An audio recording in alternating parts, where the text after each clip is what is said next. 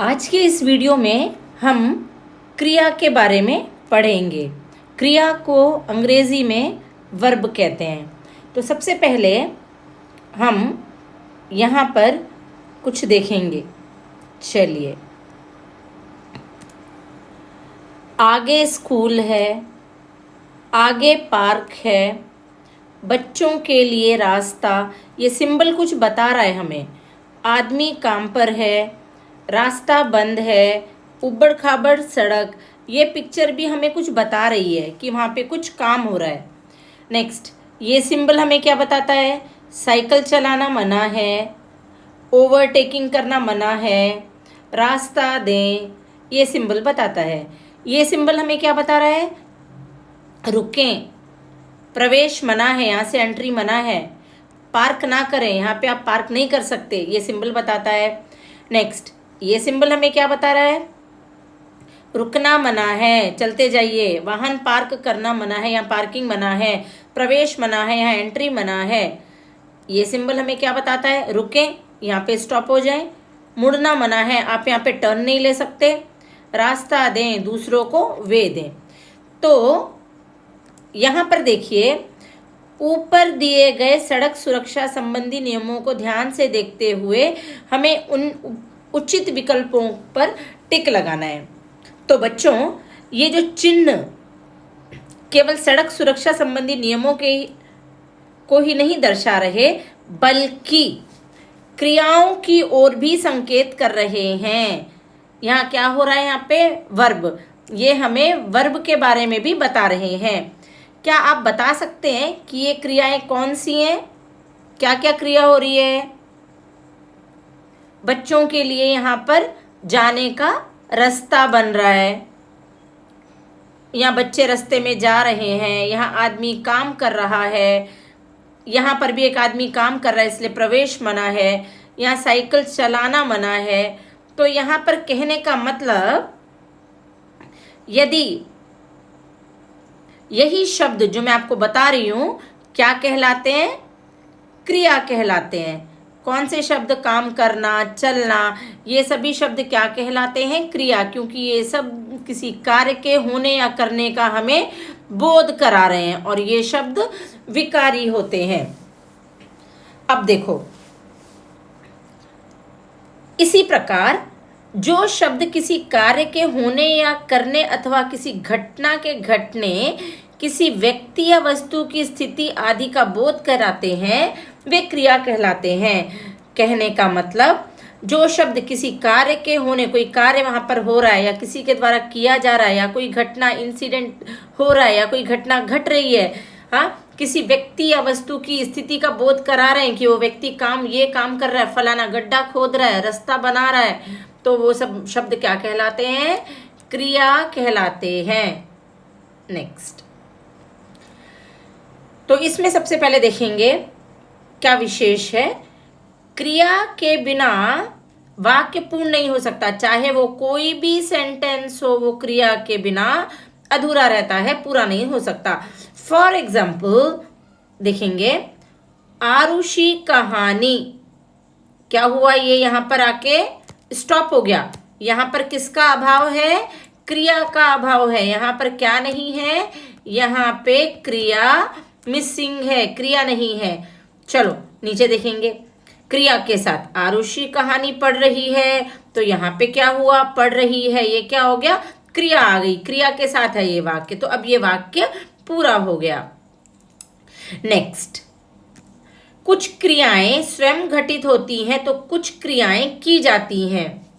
उदाहरण, कुछ क्रियाएं क्या होती हैं? स्वयं अपने आप ही घटित हो जाती हैं और कुछ क्रियाओं को हमें करना पड़ता है। फॉर एग्जाम्पल, मैदान में घास लंबी हो गई, हम घास को लंबी नहीं कर सकते, घास अपने आप लंबी होती है, मतलब स्वयं घटित, वो अपने आप लंबी होती है। फूल अपने आप खिलता है, बारिश अपने आप होती है, बच्चा अपने आप बड़ा होता है। तो ये सब स्वघटित घटनाएं हैं जिनको कोई नहीं कर सकता, वो अपने आप घटित होती हैं। नेक्स्ट, माली घास काट रहा है, तो ये माली द्वारा की गई क्रिया है।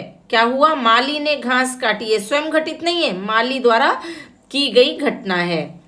नेक्स्ट, कुछ क्रियाएं एक शब्द की होती हैं तो कुछ एक से अधिक शब्दों की।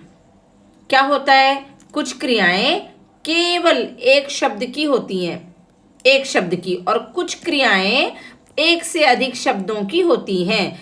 तो उदाहरण देखेंगे अब हम। प्रियंका ने नाटक लिखा। प्रियंका नाटक लिख रही है। क्या हुआ? नाटक लिखा, ये एक शब्द की क्रिया हो गई। यहां पर केवल लिखा क्रिया है और यहां पे लिख रही है, इसमें 3 शब्द आए। नेक्स्ट देखेंगे। क्रिया के रूप लिंग, वचन, कारक तथा काल आदि से प्रभावित होकर परिवर्तित होती है। क्रिया किस किस से प्रभावित होकर परिवर्तित होती है? लिंग, वचन, कारक, काल। देखेंगे अब हम लिंग से कैसे वचन, कारक और काल से क्रिया में परिवर्तित होती है, मतलब चेंज होती है। उसमें चेंज होना, परिवर्तित होना, मतलब वो चेंज, परिवर्तन कैसा आता है देखेंगे। फर्स्ट लिंग के कारण परिवर्तन देखेंगे। फॉर एग्जाम्पल, प्रकाश खेल रहा है। प्रकाश एक लड़का है, वो खेल रहा है। वहीं अगर लड़की का नाम आएगा तो तन्वी खेल रही है। लड़की आई तो क्रिया क्या हो गई? यहाँ पे रहा है, रही है में कन्वर्ट हो गया। नेक्स्ट, बच्चा दूध पी रहा था। बच्चा, वचन, वचन के साथ ये कैसे परिवर्तन आ रहा है? पहले हमने लिंग के साथ परिवर्तन देखा, अब हम देखेंगे वचन के साथ कैसे परिवर्तन होता है। तो बच्चा दूध पी रहा था। लड़का एक वचन, तो यहाँ पे भी रहा था एक वचन ही, यहाँ एक वचन, तो यहाँ भी एक वचन और एक वचन ही आएगा। अब यहाँ पे देखो, बच्चे दूध पी रहे थे। बच्चे, बच्चा का बच्चे हो गया, रहा का रहे हो गया, था का थे हो गया। देखिए, बच्चा किस में कन्वर्ट हो गया? बच्चे में कन्वर्ट हो गया। रहा किस में कन्वर्ट हो गया? रहे में कन्वर्ट हो गया। था किस में कन्वर्ट हो गया? थे में कन्वर्ट हो गया। ये एक वचन, ये एक वचन, ये एक वचन, ये बहुवचन में तीनों ये कन्वर्ट हो गए। नेक्स्ट देखेंगे, काल के कारण कैसे चेंज आता है वो देखेंगे। किसके कारण? काल के कारण कैसा परिवर्तन आता है। तो चलो, फर्स्ट, बाग में झूला लगा है। प्रेजेंट टेंस, वर्तमान काल। अब ये बाग में झूला लगेगा, ये किस में चेंज आ गया? भविष्यत काल। भविष्यत काल लगेगा, गा गी गे, एगा एगी एगे, ओगा ओगी ओंगे, ये भविष्यत काल में चेंज आ गया। इस तरह से क्रिया के रूप लिंग, वचन, कारक तथा काल आदि से प्रभावित होकर परिवर्तित हो जाते हैं, चेंज हो जाते हैं। नेक्स्ट, पहले हम समझ लेंगे, फिर धीरे धीरे आगे बढ़ेंगे। क्रियाएं सामान्यतः वाक्य के अंत में लगाई जाती हैं। ये एसएससी बोर्ड आंध्र प्रदेश 2024-25 का ये सेक्शन 1 क्वेश्चन नंबर 2 आएगा। क्रियाएं सामान्यतः वाक्य के अंत में लगाई जाती हैं। एक वाक्य में एक से अधिक क्रियाएं भी हो सकती हैं। उदाहरण, एक सेंटेंस है तो उसमें एक से ज्यादा क्रियाएं भी हो सकती हैं। तो हम देखेंगे, सबसे पहले एक क्रिया वाला वाक्य देखेंगे, उसके बाद 2 क्रियाएं वाला वाक्य भी देखेंगे। सबसे पहले, सौम्या ने साड़ियां खरीदी। क्या किया सौम्या ने? सौम्या ने साड़ियां खरीदी, तो इसमें क्रिया क्या है? खरीदी। नेक्स्ट, सौम्या ने बाजार जाकर, सबसे पहले सौम्या ने साड़ियां खरीदी। नेक्स्ट, सौम्या ने बाजार जाकर साड़ियां खरीदी। अब यहाँ पे देखो आप,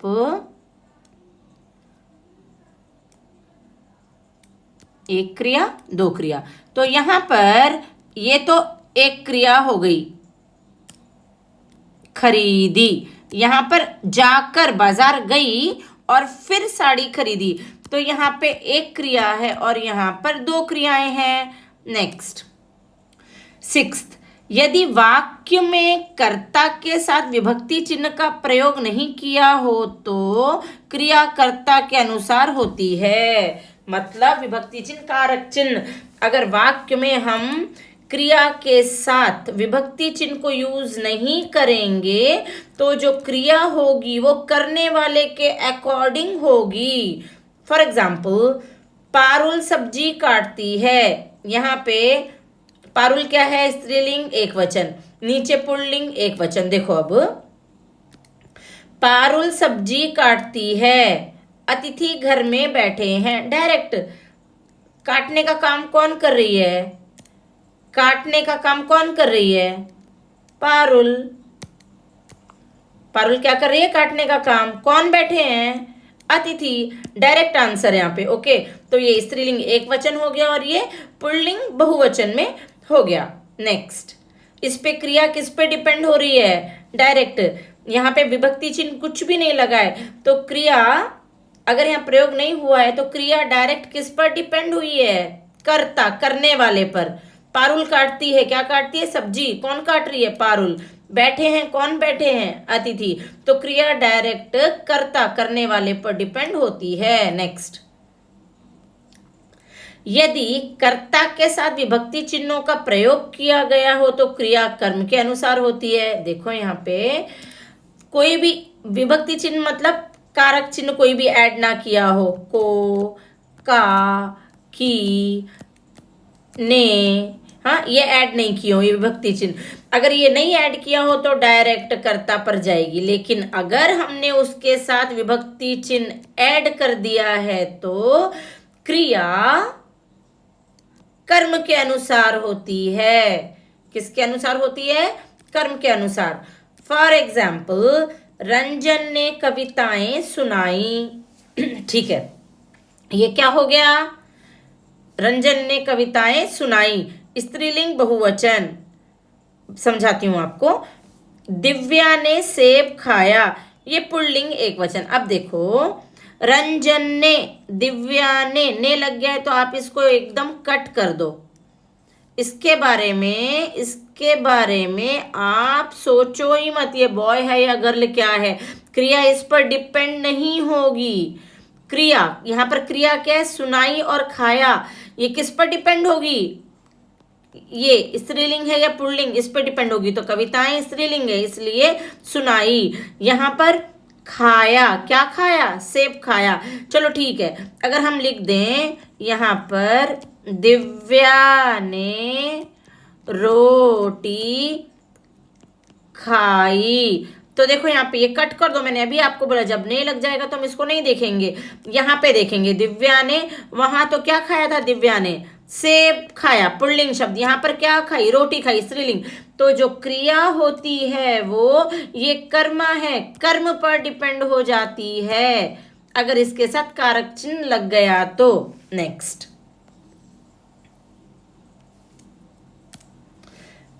धातु पढ़ेंगे और इसके बारे में ध्यान से समझेंगे। तो सबसे पहले बच्चा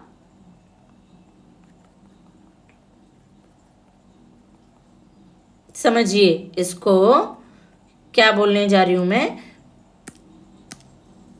बच्चा माँ की बात सुन रहा है। ओके, बच्चा माँ की बात सुन रहा है।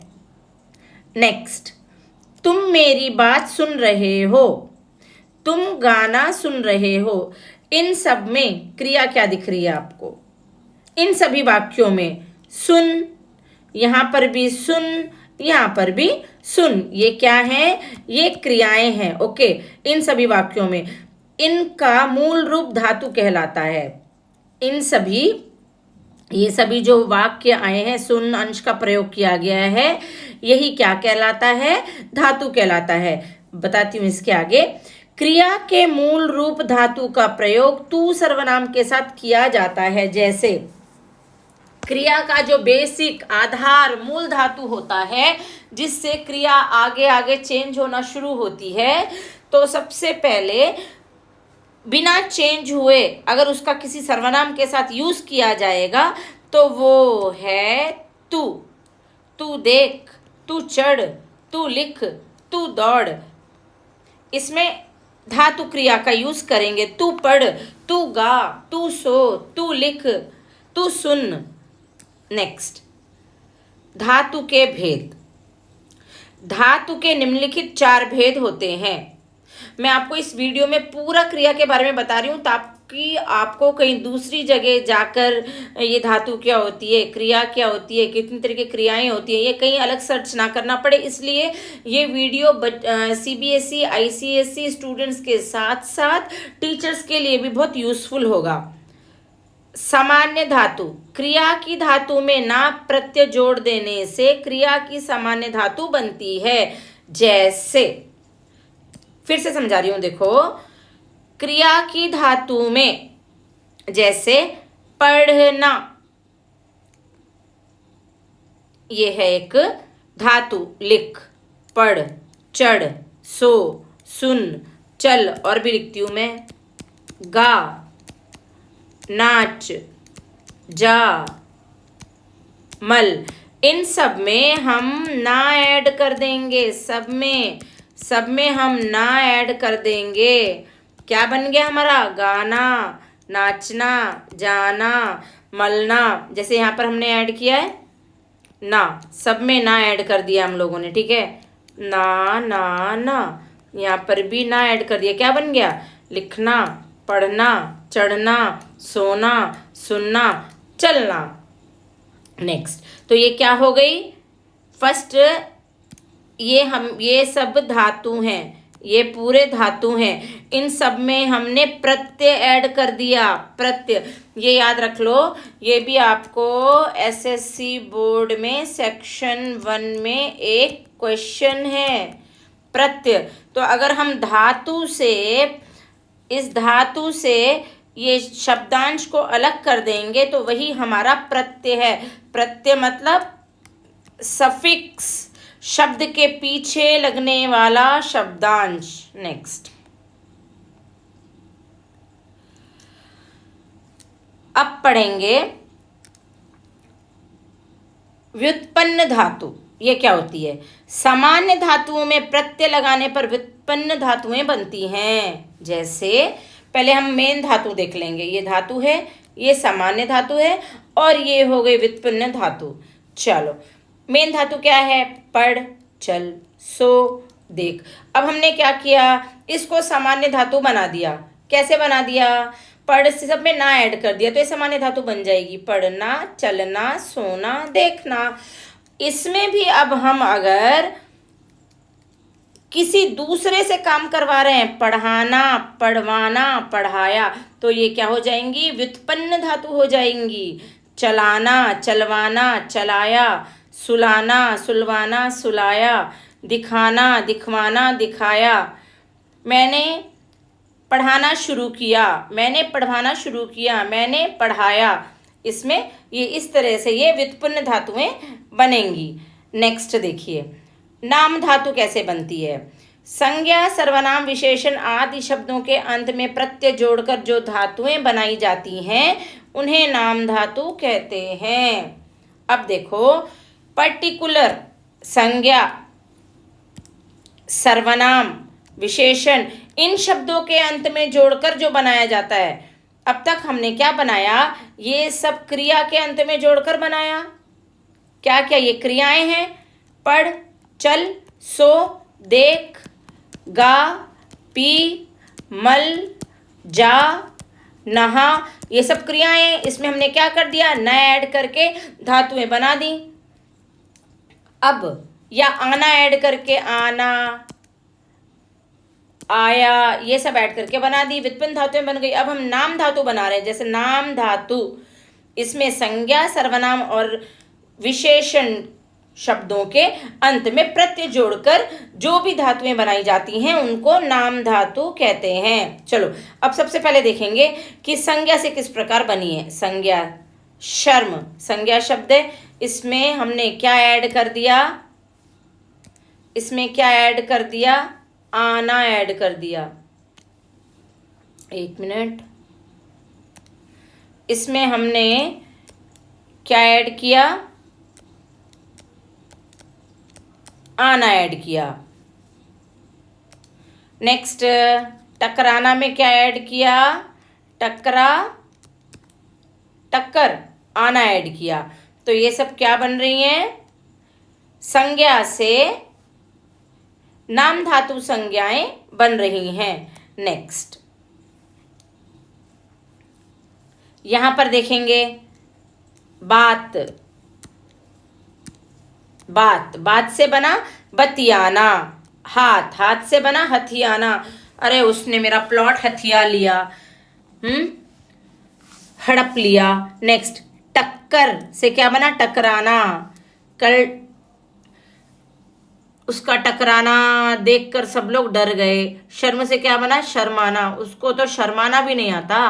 नेक्स्ट सर्वनाम शब्द से कैसे बनेगा, अपना, अपना से क्या बनेगा, अपनाना। एक औरत विधवा थी, लेकिन एक आदमी ने उसको अपना लिया, उससे शादी कर ली। मैं, मिमियाना, विशेषण, मैं से मिमियाना, क्या मिमिया रहे हो, जो बोलना है ठीक ढंग से बोलो। अब विशेषण से गरम, गरमाना, उसका पूरा शरीर ठंडा पड़ गया, जरा गरमाना पड़ेगा। साठ, सठियाना, अरे वो तो सठिया गया, हमेशा बोलता ही रहता है, कभी भी चुप नहीं रहता। ये हो गई हमारी नाम धातु संज्ञाएं, क्रियाएं।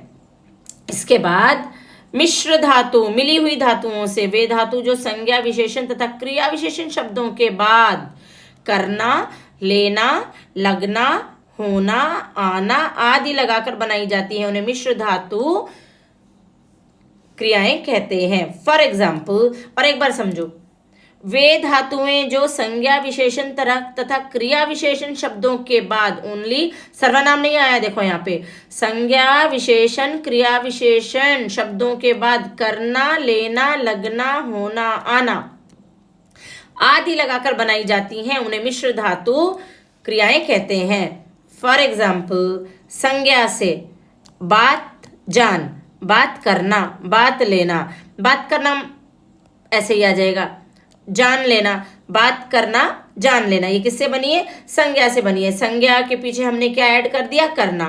नेक्स्ट विशेषण से अच्छा लगना, क्या हो गया ये, अच्छा लगना। बुरा होना, बुरा होना, मतलब ये विशेषण है, कौन सा, अच्छा, बुरा, इसमें हमने लगना और होना लगा दिया, तो ये मिश्र धातु क्रियाएं बन गई। यहाँ पे पहले हमने संज्ञा से बताया, फिर विशेषण में लगाकर बताया। अब नेक्स्ट देखेंगे नीचे, क्रिया विशेषण,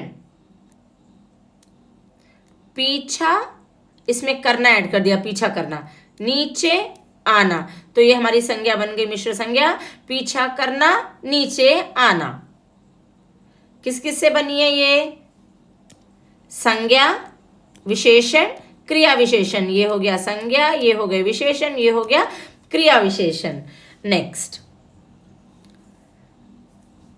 सामान्य क्रिया, जब वाक्य में एक ही क्रियापद का प्रयोग किया जाए तब वे सामान्य क्रिया कहलाती, केवल एक ही क्रिया हो, one and only one. For example, Hemant ने दरवाजा खोला, नैना खिलौने लाई, तो यहाँ पे क्रिया क्या है, खोलना, लाई, तो इसको कैसी क्रिया बोलेंगे, समान क्रिया बोलेंगे। अब देखेंगे क्रिया के भेद।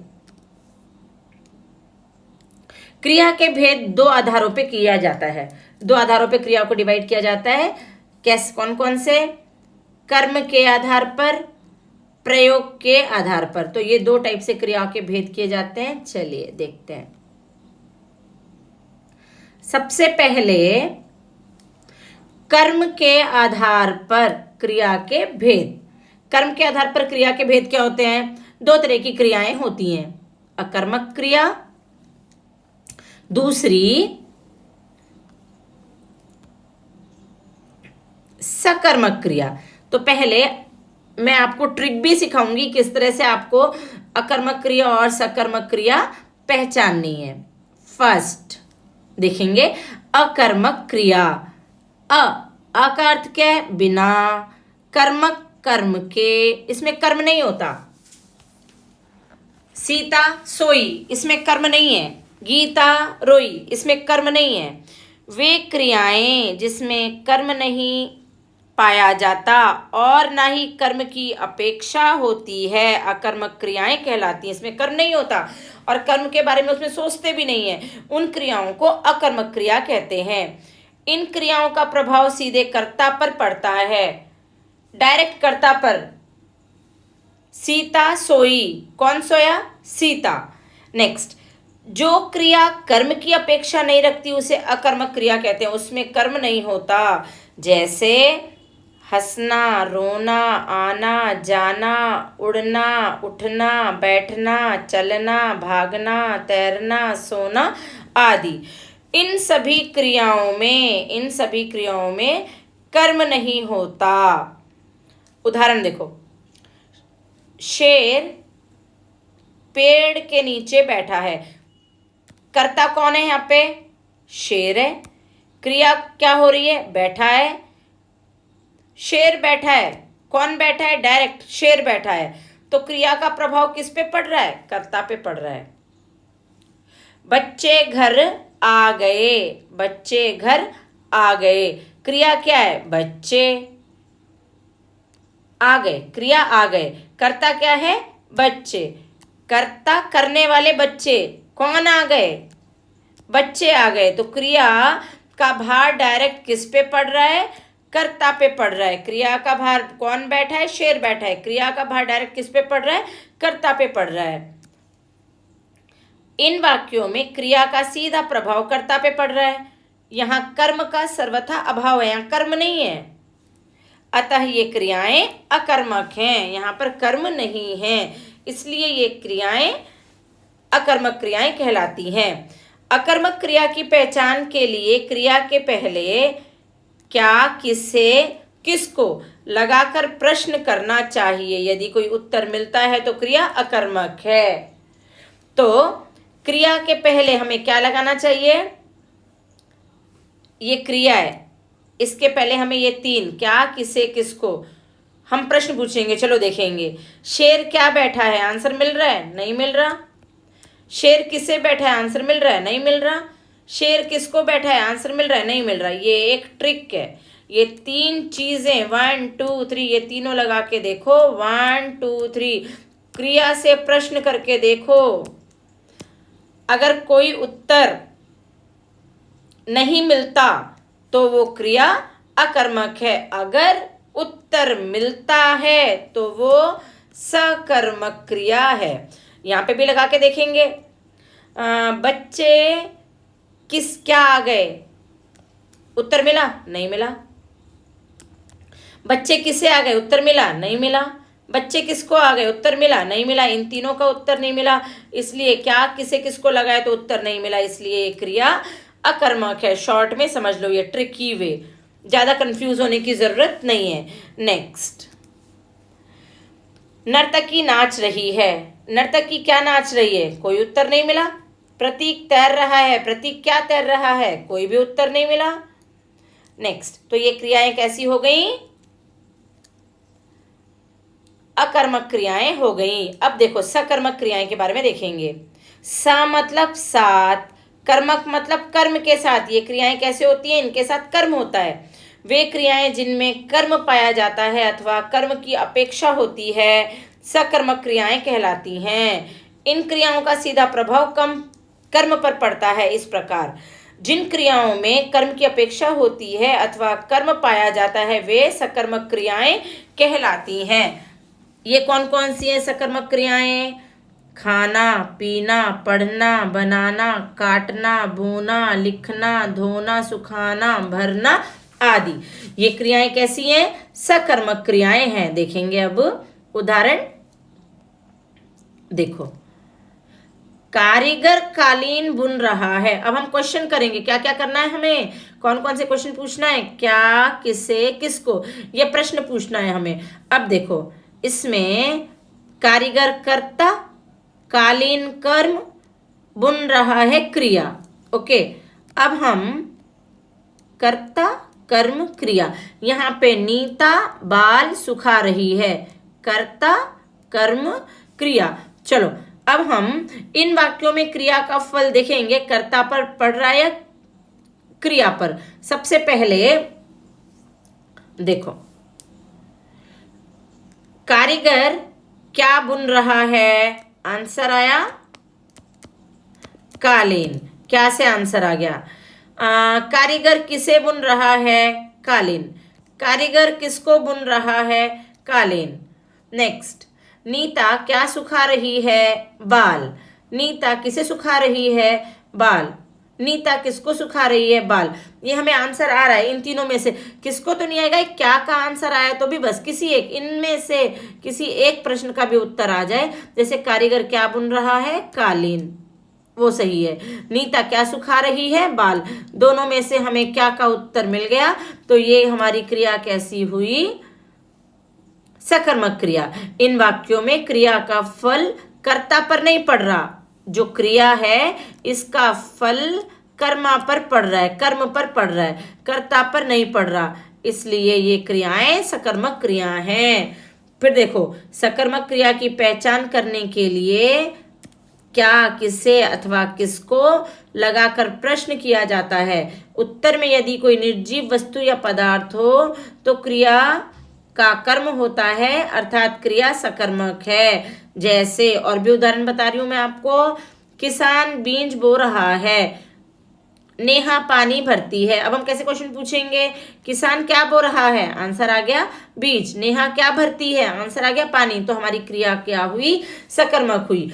अब सकर्मक क्रिया में भी एक कर्मक सकर्मक क्रिया के भेद और द्विकर्मक क्रिया दो तरह के होते हैं। क्या क्या होता है सकर्मक क्रिया के दो भेद, एक कर्मक क्रिया, दो कर्मक। इसमें एक ही कर्म होगा और इसमें दो कर्म होंगे, देखेंगे।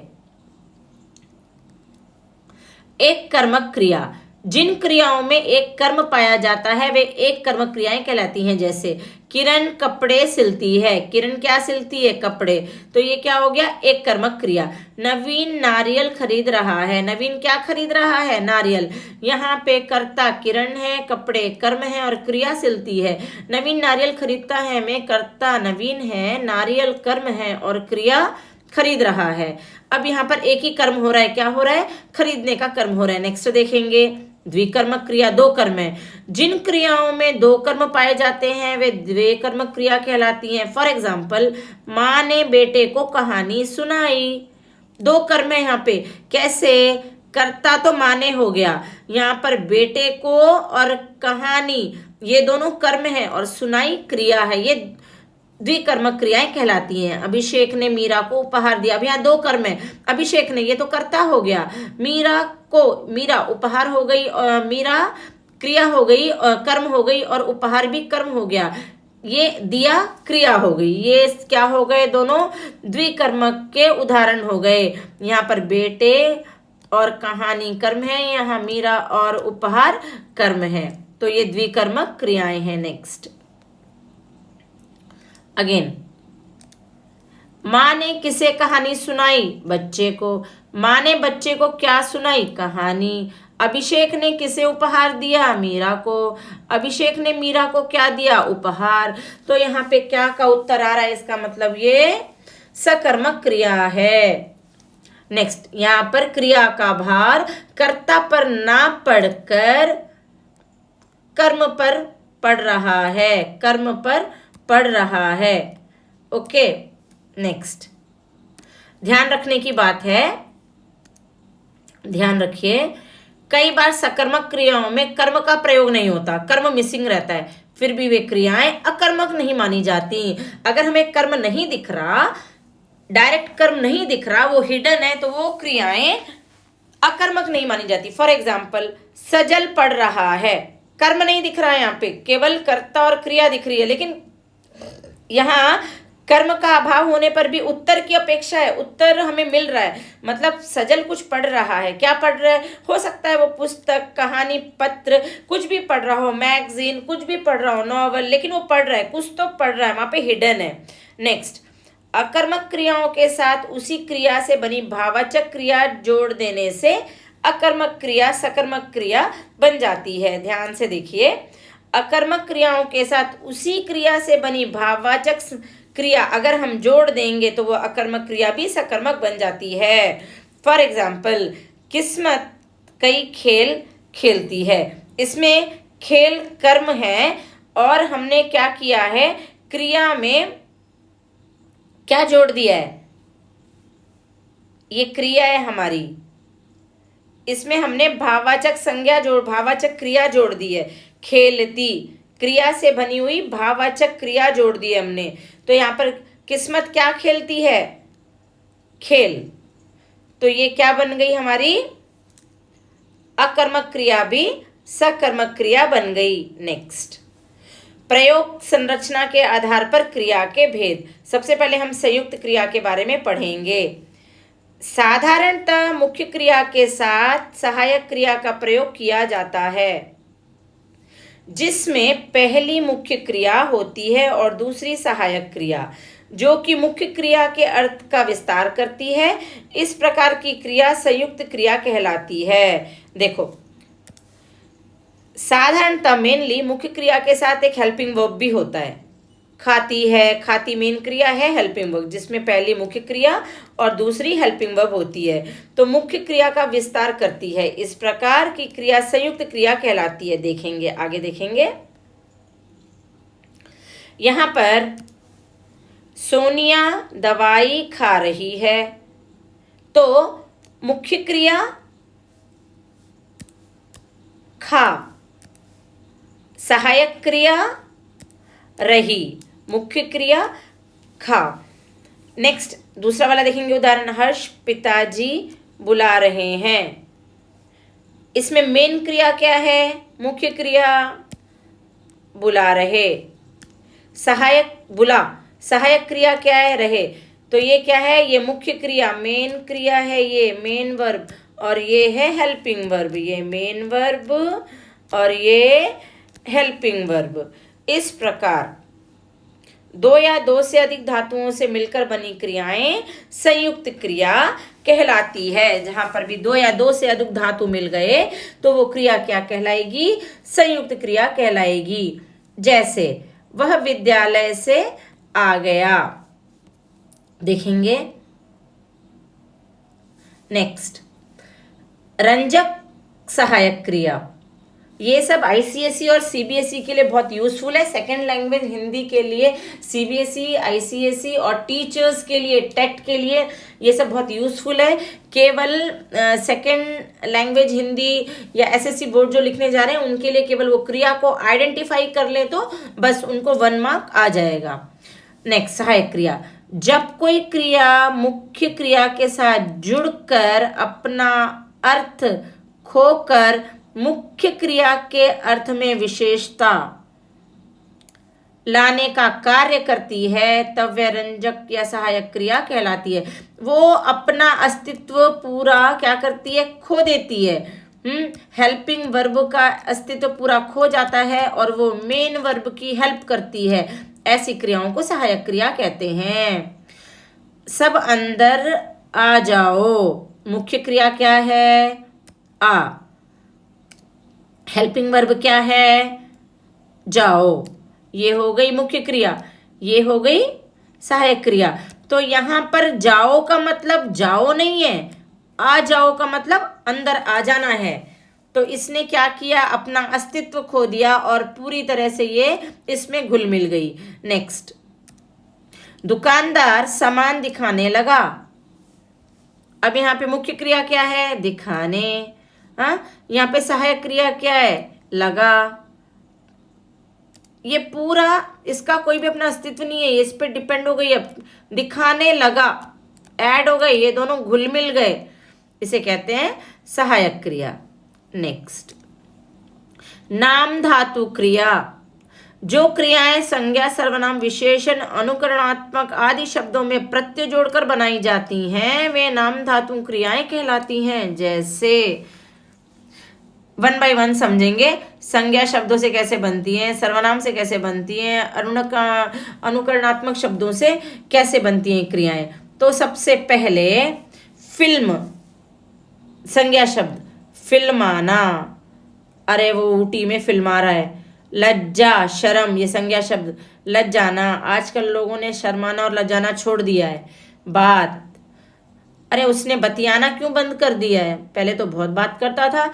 इस तरह से संज्ञा शब्दों से संज्ञाएं बनती हैं। सर्वनाम, अपना, आप, वो किसी को भी अपना लेता है। हम भारतवासियों की संस्कृति ही ऐसी है कि हम किसी को भी अपना लेते हैं। नेक्स्ट,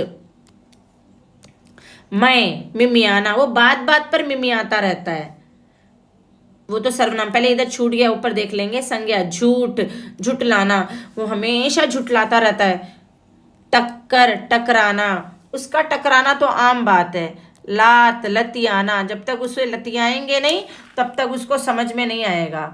नेक्स्ट, विशेषण से कैसे बनती है। साठ, सठियाना, उसका दिमाग सठिया गया है। मोटा, मुटियाना, वो तो कितनी मुटिया रही है, कितनी मोटी हो रही है, देखो। नेक्स्ट, अनुकरणात्मक शब्दों से कैसे बनते हैं। थप थप, गुन गुन, भिन भिन, गुन गुन, देखो। थप थपाना, अरे एक बार किसी डलर बच्चे को या वीक बच्चे को थपथपा दो, फिर देखो वो कितना सुधरता है। गुनगुना, गुनगुन, तुम क्या गुनगुना रहे हो। भिन भिन भिन, हमेशा वो भिन भिनाता रहता है। गुनगुन, ये क्या गुनगुनाया जा रहा है। बड़बड़, बड़बड़ाना, हमेशा बड़बड़ करता रहता है। खटखट, क्या खटखटा रहे हो। दन, वो दंदना रहा है। टिमटिम, ये क्या टिमटिमा रहा है। तो ये सब अनुकरणात्मक शब्दों से ये क्रियाएं बनती हैं।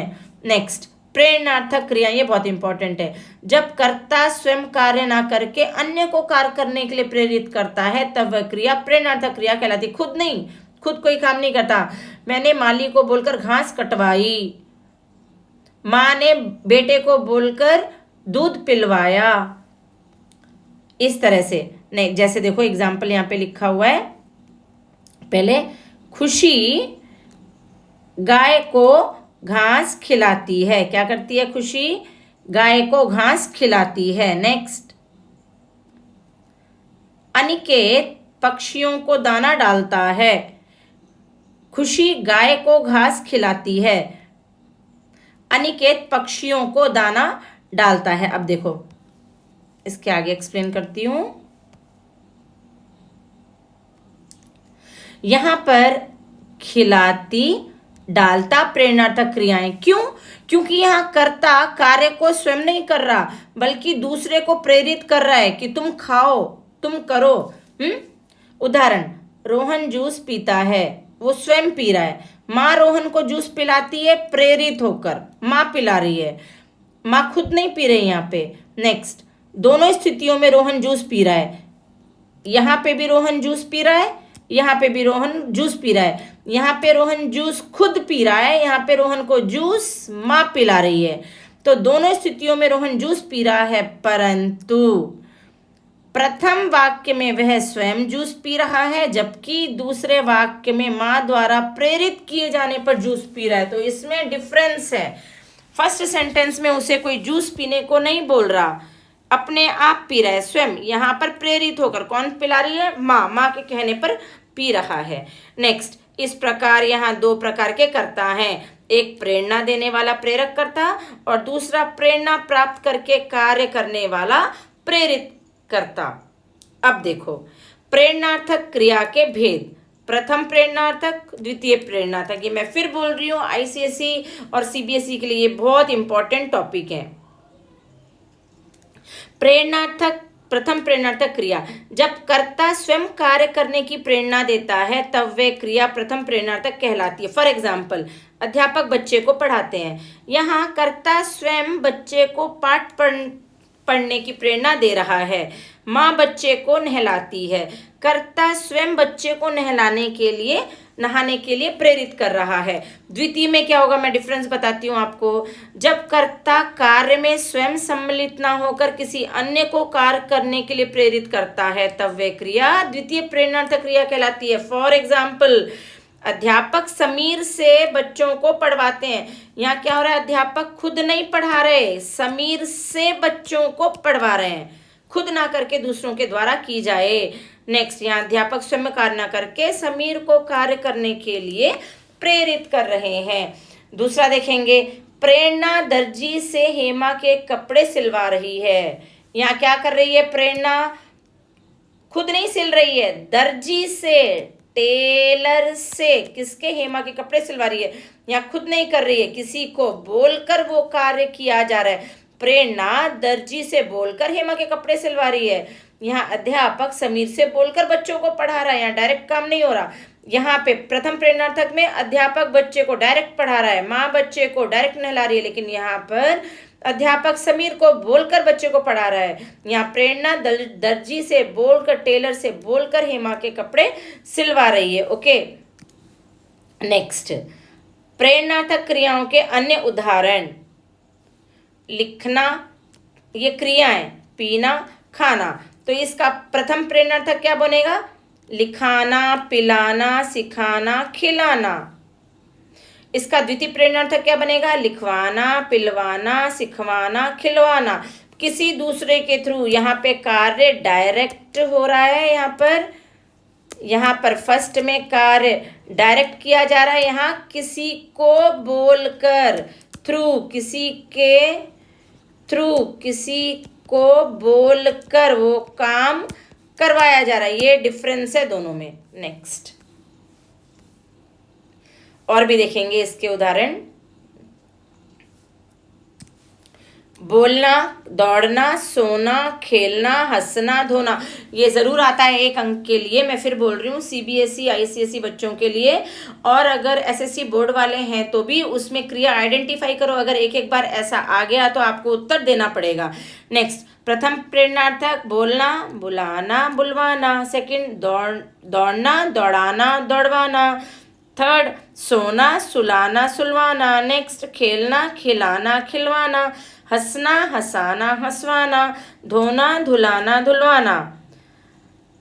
अब देखेंगे पूर्वकालिक क्रिया क्या होती है।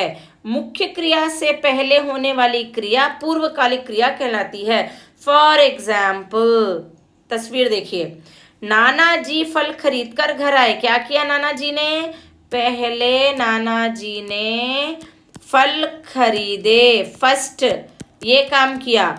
उसके बाद वो घर आए, तो उन्होंने पहले क्रिया कौन सी की?